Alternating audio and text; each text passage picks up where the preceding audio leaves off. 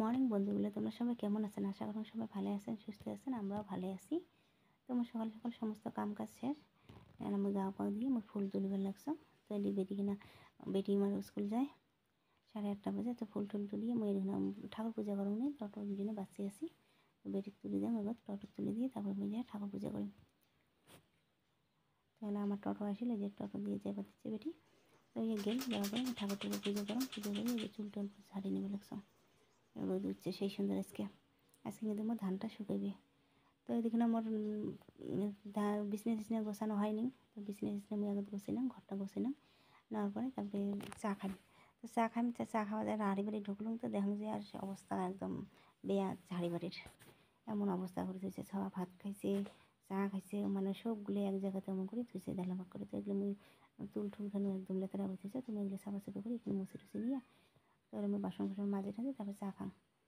চা খাইয়া দিয়ে ফির অল্প সবজি বানাম, কাঁচা কলা আলু সয়াবিন দিয়ে অল্প রস করো।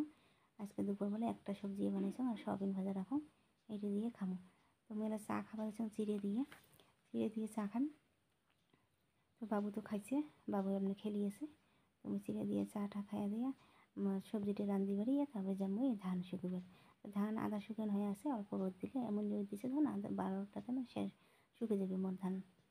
তো 12টার সময় শুকিয়ে যায়, তখন ফির আরও আইসং বাড়ি এসে ভাত টাত খাওয়া দাওয়া করে টরিয়ে আবার যাং যাই ঠাইয়া ধানটা হচ্ছে ঝাড়ং 2 মণ ধান সিদ্ধ ধান, ফির আরও আতপ ধান আধা মণ, ধরো আড়াই মণ ধান ঝাড়ং। এই দুইটা থেকে ধরো 2টা থেকে একদম 4টে বাজে যায়, মোট 2 ঘন্টা সময় লাগে ধান ঝাড়তে। তবে ধান টান ঝাড়ি ঠাড়িয়ে এদিকে ফির মা আর মোর বাবা কিন্তু খেয়ারও পুঞ্জি দিবে দিচ্ছে। তবে ওই ধান টান ঝাড়ি ঠাড়ি কী করি একবারে ধান টান তুলি নিয়ে এসে একবারে আমার বাড়িতে আনি তোমালা কোন দিন বর আসবে সেদিন ধান ভাঙাবে, নাহলে বাবার দ্বারা ভাঙিয়ে আনিবি। ওইটা এলা কিসের জন্যে অপেক্ষা থাকা হবে, কোন দিন এলা হয় সময় সেদিন ভাঙে নি।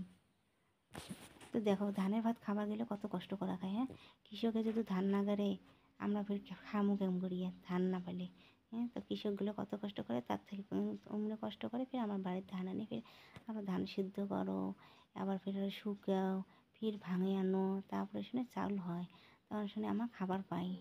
তাহলে কষ্ট না করলে কি কৃষ্ট মিলবে এখন? হ্যাঁ, এইটি এসে কি এলা ধরো এলা মন এলা ধান ভাঙে থুম ওর কোনো টেনশন নেই, চাল থাকবে ঘরের চাল, যখন ইচ্ছে থাকা কোনো টেনশন নেই। কিন্তু এই যে রেশনের চাল পাইলে ফির অবশ্য হয় মোর না যাওয়া না হয় 15 কেজি চাল পাই।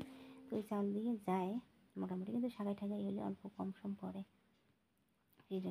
ঘরের ধান ভাত এই যে 2 মণ শুকিয়ে তুমি কদিন যাবে।